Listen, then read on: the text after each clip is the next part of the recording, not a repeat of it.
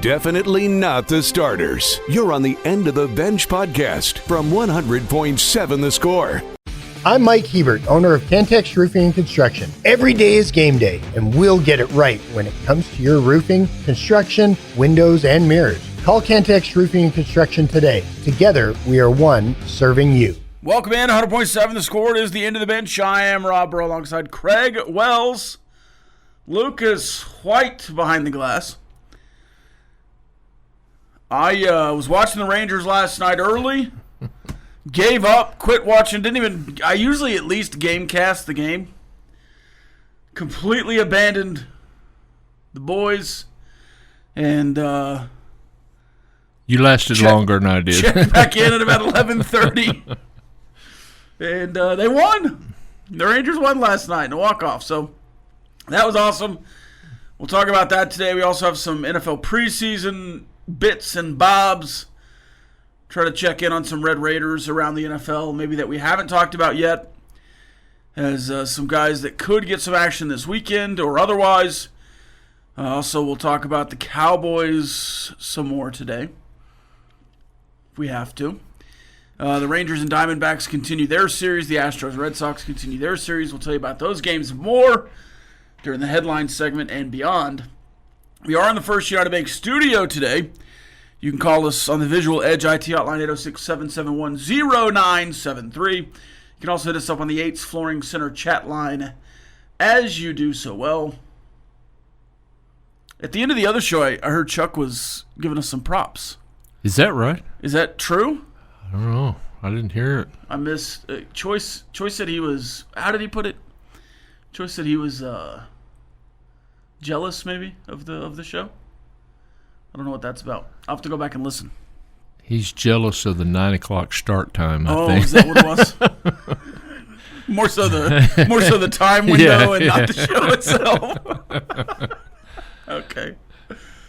Well, that makes a little more sense. Yeah. I do like the 9 a.m. start time. Yep. I've had a couple of time slots in my day, and I like the morning. Yeah.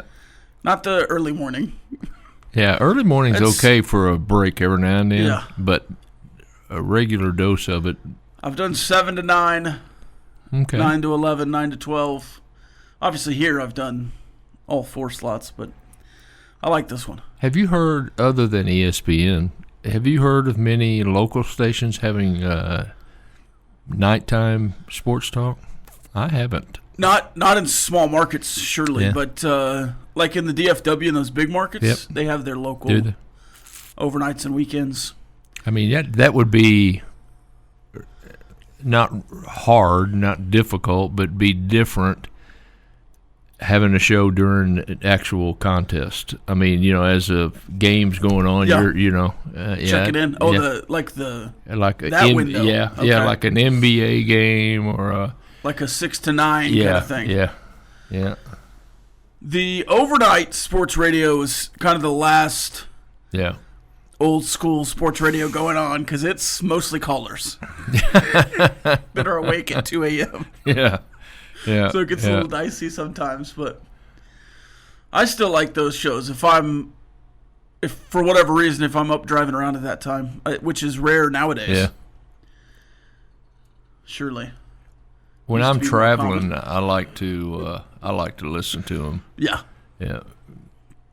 It's kind of interesting to see people or hear people's thoughts on this or that subject, which is usually the most popular subject at that particular time, and pretty interesting sometimes. I love getting phone calls. Hey, you can call in any time. Yeah. It's the Visual Edge IT hotline 806-771-0973.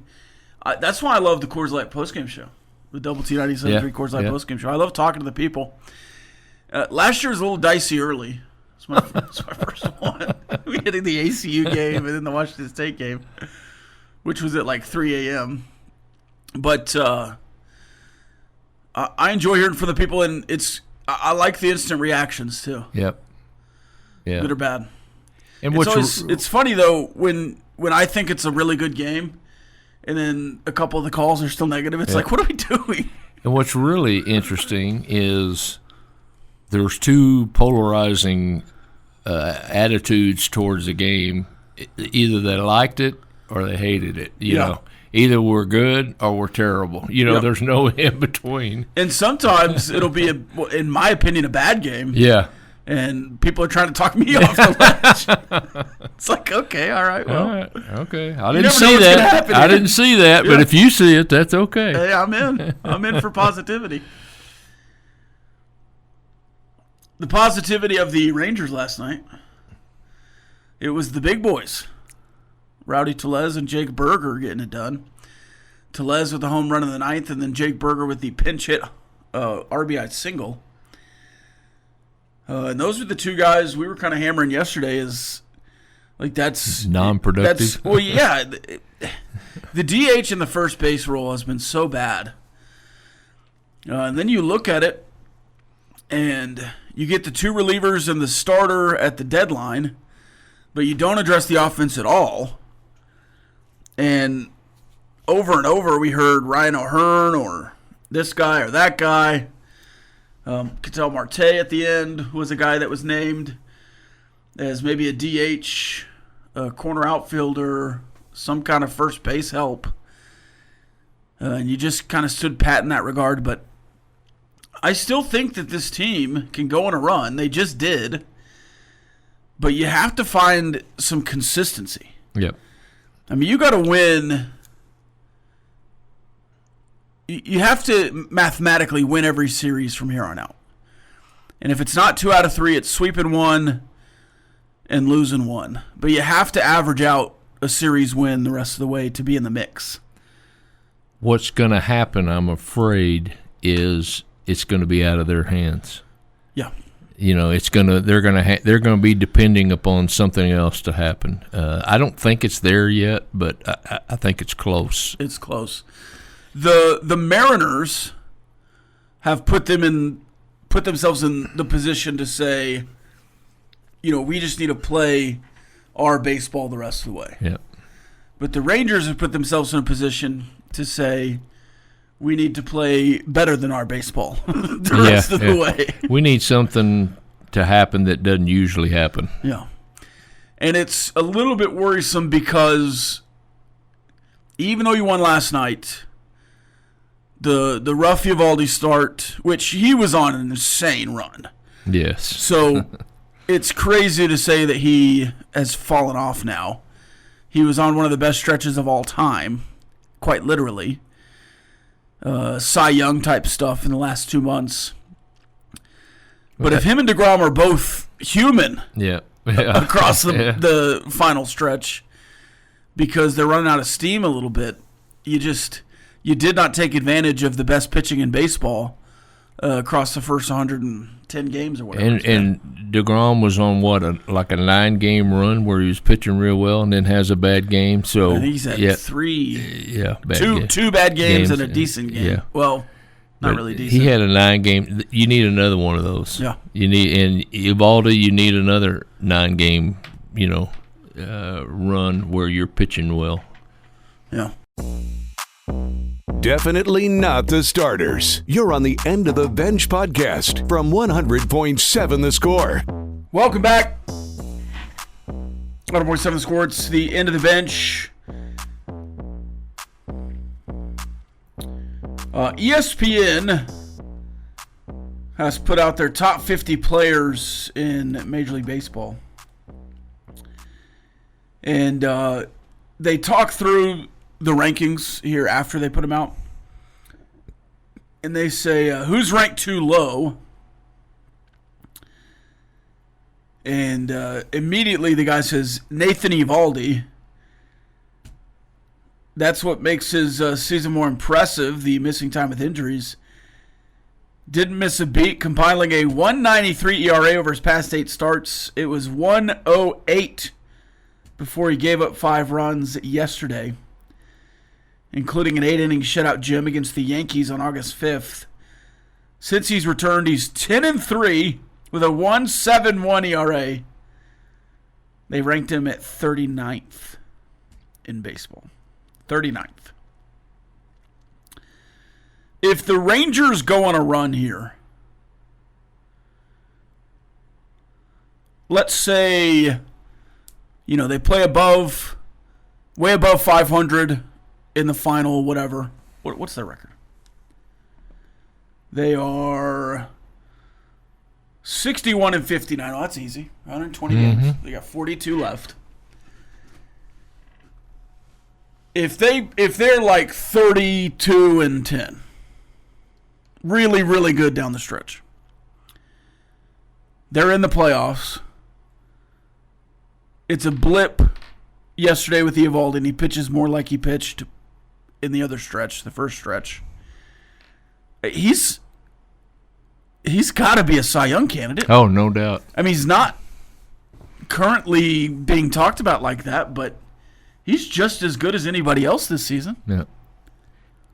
I really think if the Rangers don't have to wait till the last day to get in as a wild card, and they have it set up to where Eovaldi can pitch that wild card game, if he wins that game, I think because if you're there, he's pitched well. Yeah. And so I think that he makes himself a very legitimate candidate and maybe a winner. I don't know. Tarek Skubal is still the clubhouse leader. I wonder what the odds are right now. That's easy to look up. Because to me, it feels like an easy, he's a Cy Young favorite. Should be. Currently, the AL Cy Young leaders, Tarek Skubal at minus 426 on the odds. Okay. Garrett Crochet plus 480. And Eovaldi is third, but he's plus 2,200. Oh, my gosh. Plus It's just a 480 huge to gap. plus 2,200? Yeah, That's so a big it's, drop, second and third. It's a 1-2 punch there at the top. Now, Tarek Skubal is the best pitcher in baseball, has been for 2 years now. He was the AL Cy Young last year. But it just seems to me that Eovaldi's done pretty much what anybody else has done. Now, maybe he doesn't have the sheer numbers because he has missed a little bit of time. But that stretch he was on was just insane. All right. Let's see. Tarek Skubal, 2.35 ERA. Garrett Crochet, a 2.48 ERA. Hunter Brown, a 2.51 ERA. They've all started 23, 24, 23 games. Hey, you got a commercial going over Yep, I do. And maybe some strikeout totals also play into it. But I don't know. It just seems to me that, man, Tarek Skubal has a .86 whip. I mean, he's going to win the Cy Young. Unless he falls apart. maybe it's just, it is as simple as Tarek Skubal's the best pitcher in baseball. Jacob deGrom, a 2.86 ERA. He's also got 23 starts. His whip's .95. He's got 143 strikeouts compared to Skubal's 187. The other numbers are very comparable. I don't know, maybe is it Jacob deGrom that should be higher on the Cy Young watch list? I mean, this is a Rangers team that has needed every single start they've gotten. Yep. And they don't have great win-loss records. Jacob deGrom is 10-5, which is solid for sure. But he's had to pitch gems to get the wins. Yeah. Because it could be, 1-1 in the seventh when these starters leave. Or 1-0 in the wrong direction. Yep. And Jacob deGrom, to me, has just been really steady. I mean, he's gotten 6 innings, 5 innings, 7 innings. He's been really steady. Eovaldi's been on a hot streak. I mean, his games up until the start before this one, including this start, I mean, he's been electric. I mean, he has. But you bring up a very good point. The run scored for Eovaldi versus the run scored for DeGrom. My guess is, without looking at it, it's probably pretty substantial because DeGrom got little to nothing the first 5 outings that he had. So I don't know. Rangers,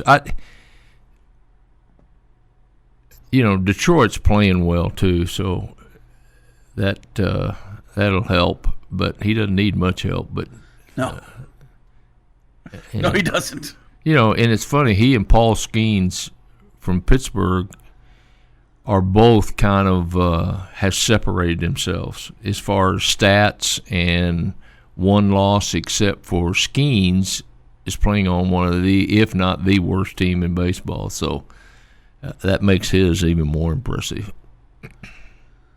So Nathan Eovaldi also has 10 wins. He's 10-3, but he's got 116 innings pitched. DeGrom 135, Skubal 145. But a 1.71 ERA, 20 games started, a complete game shutout. He's given up 22 earned runs compared to DeGrom's 43.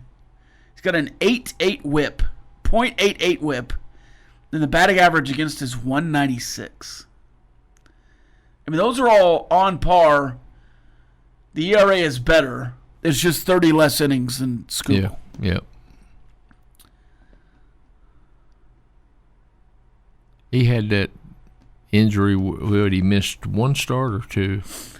Eovaldi missed several starts, I think twice. Okay. Which is why he's 30 innings behind. Because Right. DeGrom also missed a start. Yes. But he has as many starts as Skubal. Or one less. Something like that. But it was also, DeGrom's kind of been on an innings limit. Or a pitch count limit. I mean, they've been careful with him. And allegedly they're not going to throw more than 180 innings, so he's got 50 innings left in 42 games. Who's going to be the American representative in the World Series? At the break, I picked the Astros because I didn't want to do the Tigers. But I think the Blue Jays are legit. I think the Tigers are legit. I think the Astros and the Mariners are both legit. It could be any of those four. Who do you think? Why, I do not know, but the fact that they are completely dominating their division, I got to go with Toronto. I mean, and the Yankees and the Red Sox are not bad teams, but they're dominating that Eastern Division. And but outside chance Astros, I would think would be I would not be surprised team. If they're healthy at the end, I think their starting pitching is good enough to win in the playoffs. Playing time is not required. This is the End of the Bench podcast from 100.7 The Score. Welcome back, 100.7 The Score. It is the End of the Bench. Learning all about Georgia Tech here. I think they might be pretty good in the ACC. I mean, I think it's Clemson. Clemson's the team in the ACC right now. Yes. Has been not as dominant the last couple years, but in the mix. Certainly SMU last year kind of stormed on the scene. If I gave you Clemson or the field, would you feel confident in the field? No. You're pretty confident in Clemson? Yep, I am. What about you, Lucas? Clemson or the field in the ACC? To win the Clemson. ACC. Yeah, to win the ACC. Yeah. I think I still would take Clemson, but I would bet the field. Because I think Georgia Tech, even Miami, with Carson Beck now, who I don't think is as good as Cam Ward, but maybe can play within the offense enough to lead them to some wins.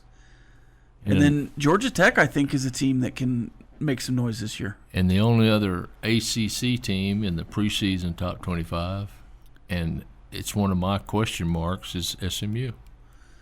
I mean, and then I don't know about SMU. That was my question mark. I mean, what are they basing that on? That their great year last year? I mean, yeah. I don't know. When Jennings returns, yeah, the tight end returns.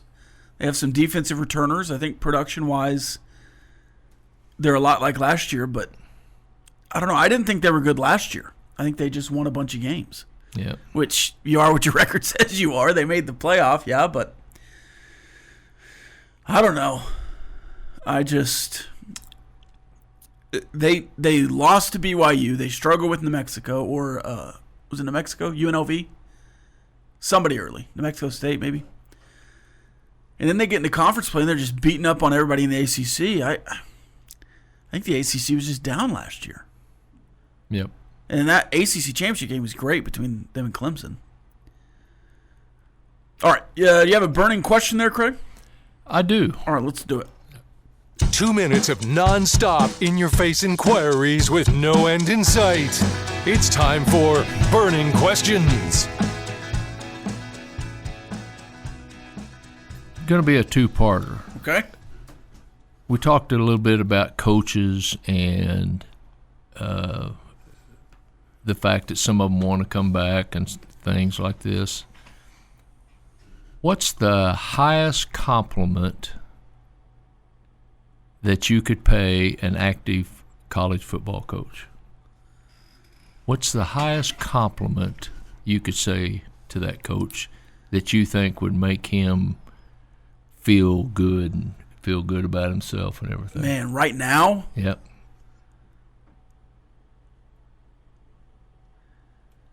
I think in today's landscape, because my initial answer when you asked that was just he's a winner. Yep.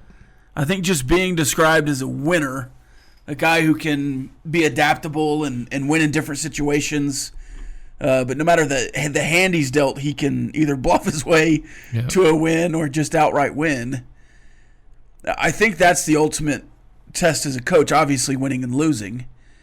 But I think in today's landscape, if you said, that guy is not only a great recruiter to new players, he is great at developing relationships on his own team. He's a great retainer. Yeah.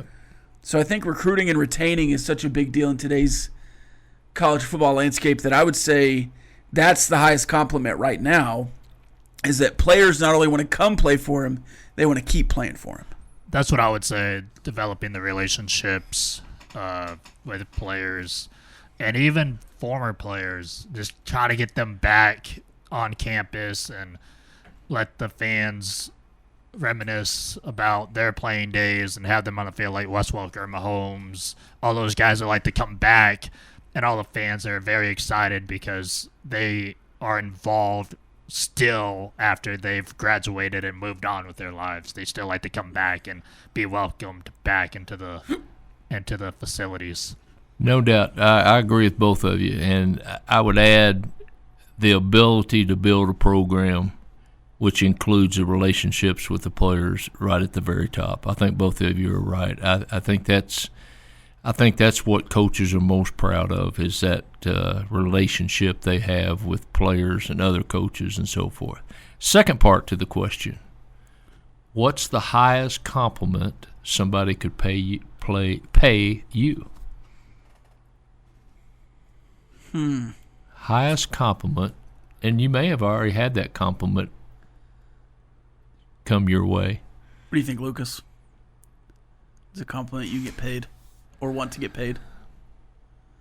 I did a basketball showcase when I was in high school, and there's a gentleman. I was playing. My dad was there watching and supporting and whatever, and there's a gentleman behind my dad that said that he was referring to me at the time. He was like, that kid, he may be small, but he's got speed. He's got good court awareness and ball handling ability. He's just a little too small.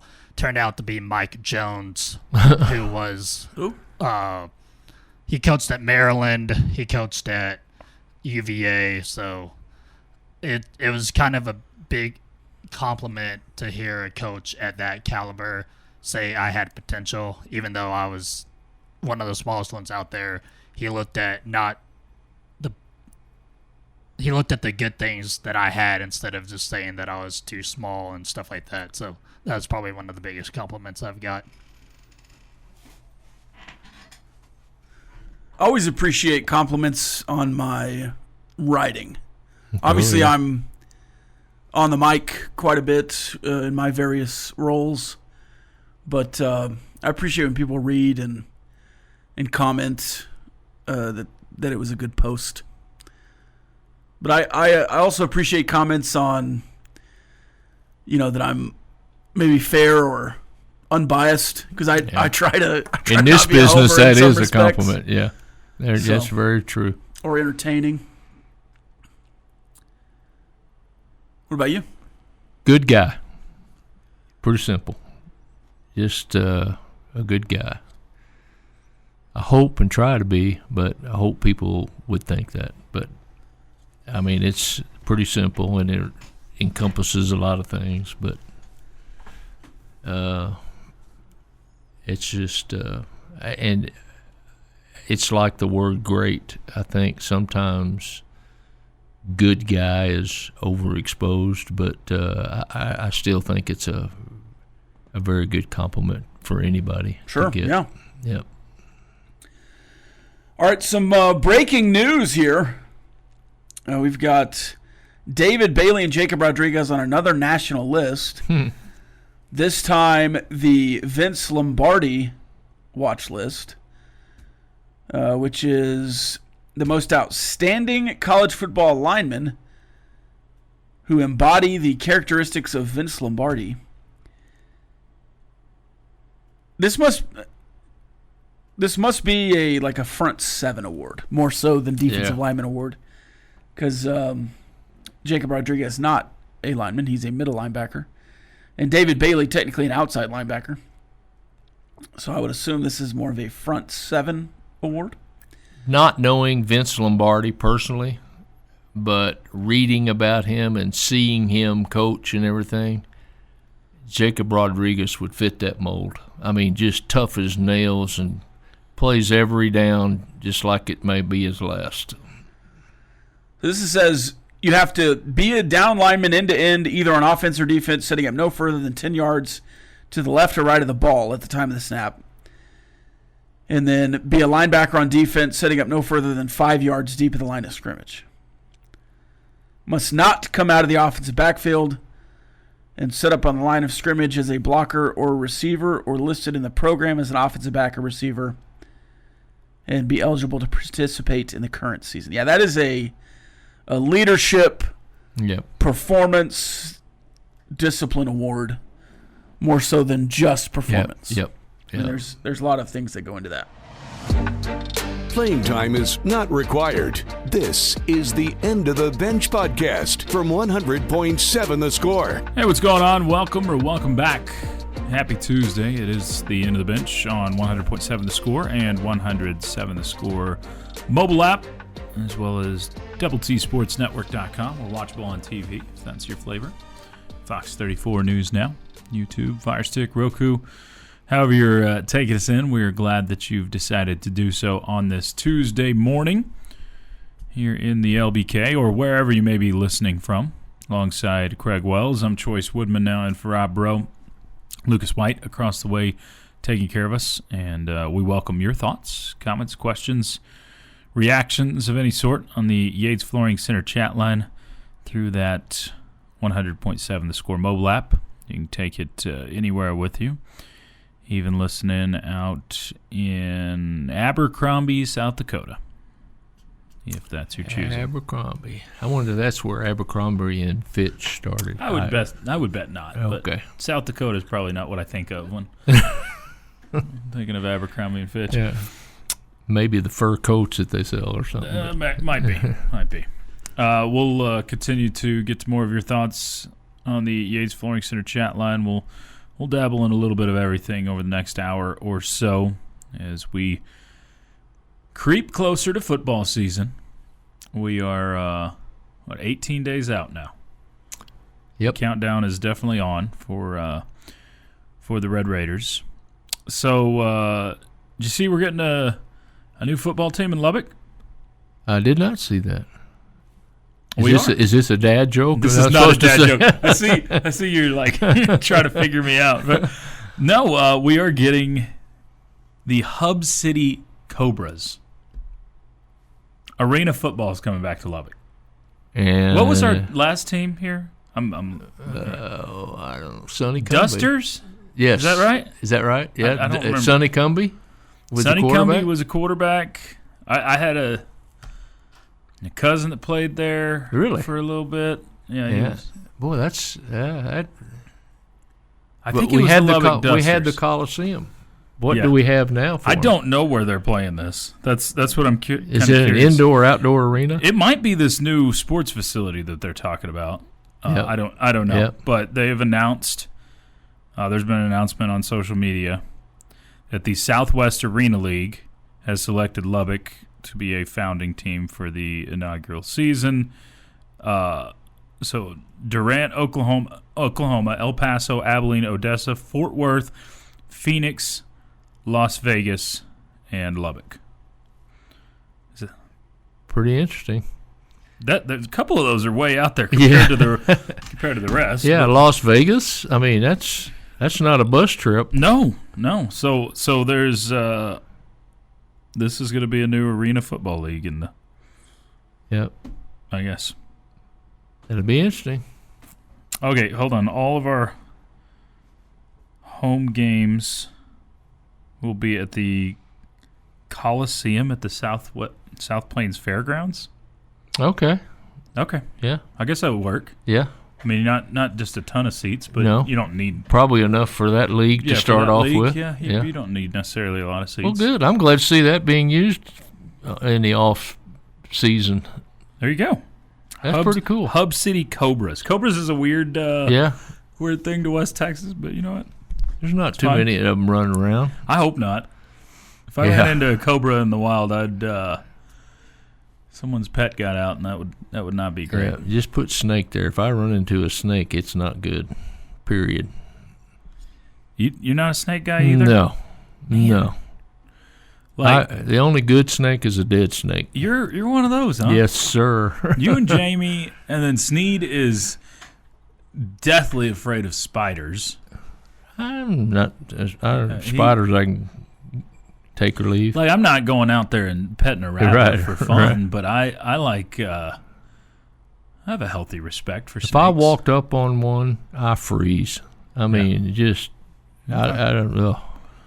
I get it. It's not a snake guy. I get it. And there's I hadn't seen too many good things happen with a rattlesnake. I don't know.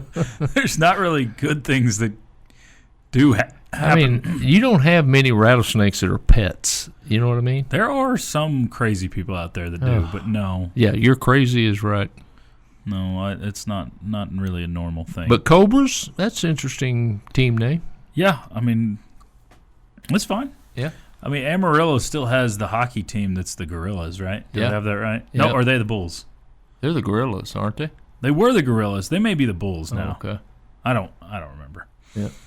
I personally, when it comes to mascot naming, I love when you tie it into either alliteration or location. Yeah. That's what I prefer, and uniqueness. I Yep. mean, you can always go with a big cat, or you can name it a Mustang or an eagle, and it's just it's an easy thing. You would almost a think with the cop-out. new pump jacks at Jones AT&T that we'd have been called the Drillers or something. Ooh, yeah. You know? Yeah, there's all sorts of options, but Yep. anyway, so Hub City Cobras apparently is going to be a thing. Your thought on the pump jacks at Jones AT&T? I like it. I Yeah, mean, they're pretty cool. They've painted them up nice. lean into it. I mean, Yeah. you might as well. The whole Yep. I mean, You're it's getting- a part of it's a part of us. it is. I mean, Midland, Odessa happens to be the bulk of the activity, but southeastern New Mexico and Levelland, Sundown, they grew up on the oil business. And so I just think it's part of us. And so I have absolutely no problem. I think Texas Tech claims West Texas in general. Yes. We claim it. Yep. And rightfully so. And that encompasses everything. And I know people can get into the geography arguments, but anything Abilene West up to the border of New Mexico and anything up in the Panhandle, that's all West Texas to me. Down south to the Permian Basin, that's all West Texas. So there is plenty of oil influence all over. Yep. Whether it's actual drilling or refineries or whatever. So yeah, I like that you kind of lean into your roots. Yep. Obviously, you got plenty of petroleum engineers that come out of Texas Tech. And I think we're going to agree on something.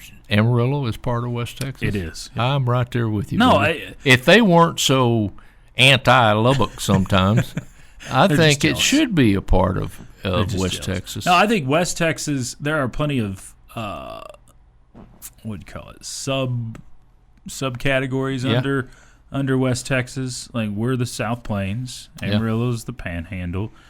There's the Permian Basin. Yep. There's Big Country. And all of that is West Texas. And West Texas is the big one. That's what we call it all. But you got your sub-regions out of it, too. In your hometown, Dumas has a big gasoline plant. Is that right? Yep. So there's some oil activity up there. I've worked out there. Oh, all right. At the Valero for a couple of summers. There you go. Yeah. Good summer job. It was a good summer job. Go back from college and work there and make some money, pile up for the school year to live off of. Playing time is not required. This is the End of the Bench podcast from 100.7 The Score. It is time for Ask the Benchwarmers. Pour those questions in on the Yates Flooring Center chat line. That's the easiest way to get to us. You can tweet at us at T973 or wherever you want to get those questions in. We'll read as many as possible. I'm choice in for Rob. You'll hear him on Tech Talk later today. Craig Wells to my right. Lucas across the way. Questions of any and all varieties are welcome. Not too many in so far, so plenty of room for you. First one here says, Benchwarmers, who will be the highest drafted player from Tech not named David Bailey? Highest drafted player. I think if you're going by the projections and those people that seem to be in the know, as it sits right now, I think it would be Bryce Pollock. I think I don't know. If Romello Height has a really big season, he has every bit of the measurables. So that would probably be my answer. But Pollock's, a 6'3" corner that has some skins on the wall, and I think he is really, really well respected in the draft circles. So not named David Bailey. Pollock, Height. I don't know how Jacob Rodriguez translates to the next level. Yeah, I don't either. That's a good question. As far as draft goes, because I think he will make rosters and be really good. Yeah. I don't know if he'll come out or not, but I think Howard Sampson's got a...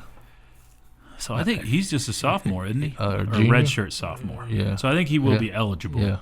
I don't know. I don't think he will. I could be wrong on that. Yeah. He's a junior. Yeah. I don't think he will, but if he should, I think his size and the position he plays and... Yeah, he is a junior. Yeah, I don't know. And again, I don't think he'll go out, but offensive linemen are hard to come by, especially as big as he is. And if he has a good year and an injury-free year, I think he's got a chance. But again, I don't foresee him coming out.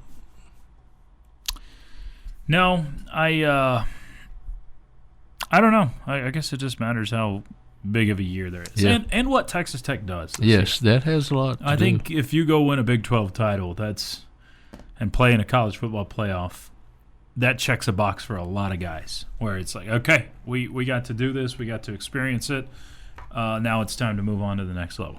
I'm going to tell you something else, and may surprise some people. Going to call me an idiot, but if he has as good as or better year than what he had last year, and he stays healthy, I think Baron Morton's going to be drafted pretty I high. do too. I do. I really think I can see him. He's got a good head on him. He plays hard. I think if he has a good year, that means that shoulder is solid now, and I can see somebody taking him in a single-digit draft. I think I actually think that he was one that is looked at as one of the higher quarterbacks in the Big 12 to get drafted. I saw a list the other day of guys that are draftable out of the Big 12. But you know, Joyce, a lot of people don't realize that, one, Barron played all last year, and two, he had over 3,000 yards. I mean, and we were 8-5, but yeah, he didn't have. He's not coming off a bad injured year. I mean, he had a good year with the, I don't know if I call it injury or the adversity that he had to face with his shoulder. He went through an injury, and he played through an injury. Yep. So, he has the second best odds, and by a minuscule amount. I went over this yesterday, but second best odds to have the most yards in the Big 12 this year. Josh Hoover's the favorite to have the most passing yards at 1.5 to 1. Baron Morton's second at 2 to 1 odds. So those are pretty clear cut. The two they expect to throw it or to have the most yardage. Albeit, I bet you Hoover has 40 more pass attempts or more than Baron Morton has when it's all said and done. Yeah. Craig and Lucas, my question for the Ask the Benchwarmers. Do you know how to use a can opener? There's a trick answer here. No, it's a legitimate, just straight up. Can you use a can opener? Yes. Not even an electric one. You can use the old fashioned where you squeeze it and turn it up. Yeah, that one. Apparently, Tyrese Maxey of the Philadelphia 76ers, who actually, if I remember correctly, Tyrese Maxey was here when he was at Kentucky. I think he played in that game when Kentucky played here. Maxey, and he's a Texas kid, right? Garland, maybe. When he's with the 76ers now, and he's going viral after he had a video of him struggling badly with his can opener. He posted on Instagram Live trying to figure out. It starts with him saying, "I need help." Oh, my goodness. He explains he needs to feed his dogs, so he's got dog food in a can. And he admits he has no clue how to use the can opener. He said he usually has his chef help him, but they were off that day. Oh, my gosh. Just tell us you don't know how to use it. Don't tell me that the chef is. So he tries to follow people's suggestion. This is all on a live stream on Instagram. But it was awkward. He gets frustrated saying, "I ain't even trying to be funny. I'm dead serious." So, is that something if you can't do, you would tell anybody? I don't know that it would. I don't know. There's one of those things. Like, there's YouTube videos. Why you got to go on Instagram Live? Like, there is a YouTube video of how to almost anything. Anytime I need to switch something out on my truck or anything, I'm going to YouTube nowadays. And that's just it'll like teach me. Google it, YouTube it, Instagram it. I mean, the answer's out there. But instead, he wanted to go Instagram Live and show himself not being able to do this. So we'll see. That's sort of like knowing how to fill up your car, where the gas tank is, on which side. How many times have you seen cars pulling? See, I drive rental cars a lot because the company puts me in a rental car every time I go to Midland, Odessa, whatever, which is nice. But I drive rental cars a lot. And I didn't know until about 3 or 4 years ago. The little arrow. Yeah. Someone taught me that trick. I'm like, that is so helpful. Yeah, it is. It's like when you're driving a car you're unfamiliar with. Yes. Because almost all of them that you drive are on the left side, but then occasionally you'll get that European one and be like, whoa. Yep. I pull up and they're like, dang. Yep. Thank goodness for the little arrow. The arrow helps. Yep. Someone says the Leftwich offense, I think, should suit Morton better, too. I would agree with that. Okay. That was a Freudian slip. Although, Morton's going to be like I Mahomes. said, he had a good year last year, and I think Kitley was a good offensive coordinator. I think he'll eventually be. I think he's going to have some learning to do as a head coach, but I think he's got a bright future in front of him. Yeah, I don't know that it was the offense last year or the Leftwich offense this year as much as you were leaning on Taj Brooks a ton last year. Yep. So if Zach Kitley was back this year, I think you would still see Morton throwing for a ton of yards this season. You think in 2008, if there were a 12-team playoff that UT would have been sitting at home, how do you figure that? There's no scenario on earth where that would be the case. They finished fourth in the AP. I mean, if it weren't UT or another blue blood, surely you don't believe what you're saying, Craig. Not even a 1% chance that would have been the case. I think if you only back then, if it was like it is today, and you were only getting one maximum of 2 Big 12 teams in, then it'd be in that conversation. But back then, the Big 12 was viewed pretty equally to the SEC. Yep. And my reasoning is OU crushed us. Yeah. Just crushed us. Texas lost to us based at Lubbock, but and the Texas OU game was a pick'em. So which Texas won, by the way. But I just feel like that you're going to have one more vote to see who got into the college playoffs, and you'd have had. I don't know. I feel like there's a chance, and I agree with the listener that the odds are that Texas is definitely going to be in it, and probably Tech be the one left out. But it would be interesting to see how it would have played out. That's it for us. For Craig Wells, Lucas White, Rob Breaux, I'm Chois Woodman. It's been the End of the Bench on 100.7 The Score. The bottom line's next. This has been the End of the Bench podcast from 100.7 The Score. Go to 107thescore.com for more from the Double T Sports Network.